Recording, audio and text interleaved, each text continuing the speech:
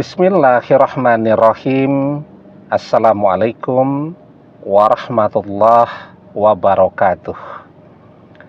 Bapak-bapak, ibu-ibu, mas-mas, mbak-mbak, khususnya adik-adikku sekalian yang dirahmati Allah dimanapun Anda berada. Kembali di IIP Channel bersama saya, IIP Wijayanto. Kali ini kita akan membahas tema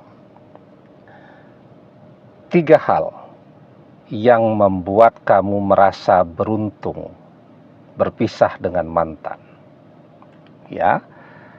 Jadi ketika perpisahan itu terjadi ya, kita mungkin nangis-nangis ya. Kita berharap segera kembali bersama dia. Tetapi kalau kita mau bersabar menunggu misteri perpisahan itu, ternyata beberapa waktu kemudian kita akan tahu, oh ini toh manfaatnya, hikmahnya kenapa kita tidak lanjut dengan mantan. Jadi paling tidak tuh ketika kita melihat ada 3 tanda ini pada diri mantan, itu akan membuat kita bersyukur.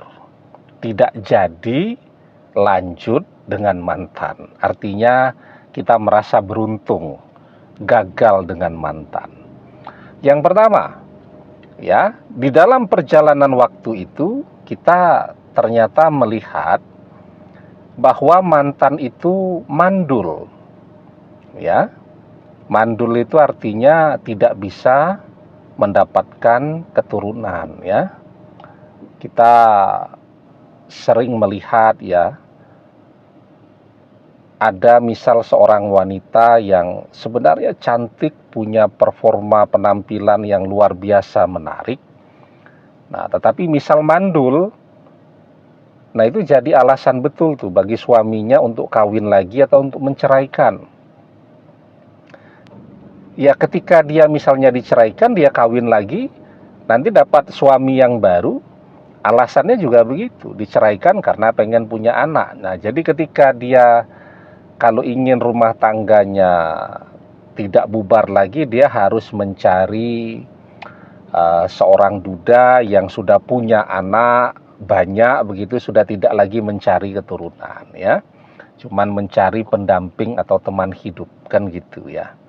Jadi misal tuh ya, ada teman saya itu sudah menikah 20 tahun, pengen punya anak ya. Dalam waktu 20 tahun itu ada dengar kabar dokter bagus misal ada di Malaysia, di Penang, langsung berangkat ke sana. Ada dengar dokter bagus di Singapura, langsung berangkat ke sana.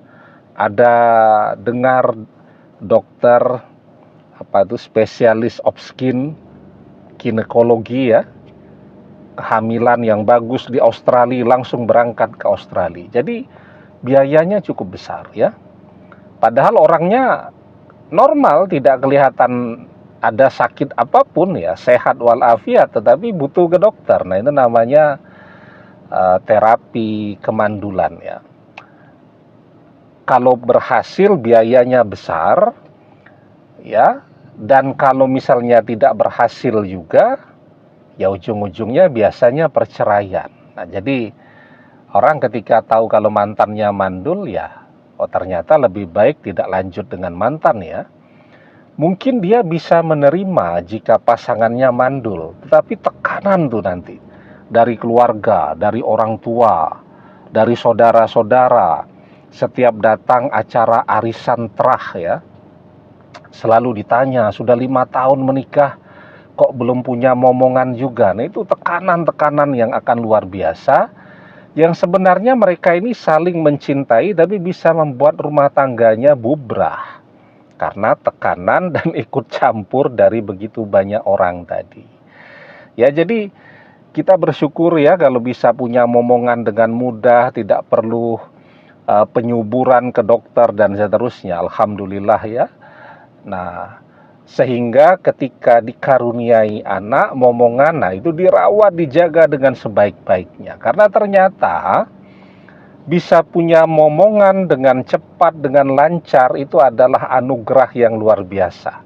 Karena kita lihat tadi kan, kalau orang mengalami gangguan pada kesuburannya, ternyata biaya berobatnya, terapinya tuh mahalnya luar biasa. Nah, yang normal begitu nikah 2-3 bulan istrinya hamil. Nah, itu dia harus betul-betul sangat bersyukur, ya. Nah, itu yang pertama tuh, mandul. Yang kedua, ketika tahu jika mantannya penyakitan, itu juga akan membuat orang bersyukur. Aduh, untung aja tuh tidak dengan dia. Kalau dengan dia nanti capek juga nih, harus ngantar ke dokter terus ya, beli obat, bisa nggak punya rumah nih kalau berobat terus kan, misal gitu. Belum lagi repotnya bagaimana mau kerja ya kalau misalnya suaminya penyakitan dan seterusnya. Nah, jadi orang akan merasa bersyukur tuh ketika melihat ternyata dalam perjalanannya mantannya penyakitan. Ya.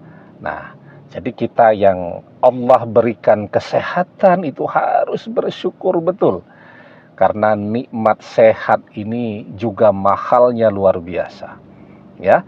Kalau kita tidak pandai bersyukur, nah maka akan ada teguran tuh dalam bentuk sakit-sakit, ya sesekali kena flu. Nah itu teguran, mungkin karena kita jarang bersyukur.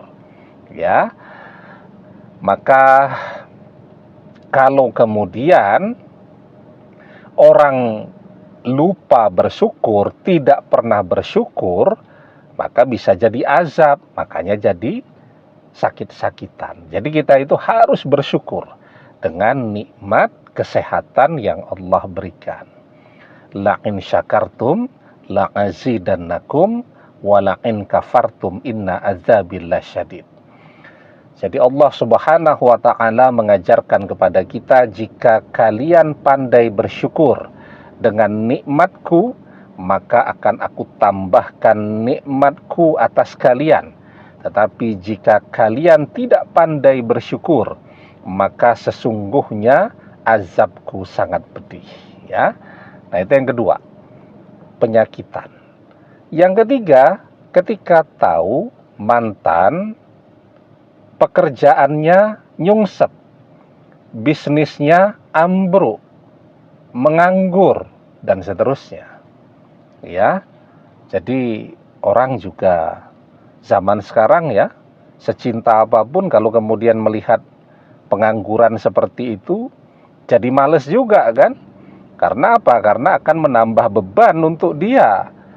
Ya, jadi ketika orang sudah semakin dewasa, berpikirnya realistis ya, ya pernikahan itu harus sharing, berbagi ya. Berbagi beban, bukan menjadi beban sendirian. Nah, jadi gitu. Jadi paling tidak kalau kita melihat 3 tanda-tanda ini, atau salah satu dari 3 tanda-tanda ini pada diri mantan, kita akan merasa beruntung tidak jadi dengan mantan, atau gagal menikah dengan mantan. Demikian, semoga bermanfaat. Wallahu a'lam bishawab, billahi taufik wal hidayah. Assalamualaikum warahmatullahi wabarakatuh.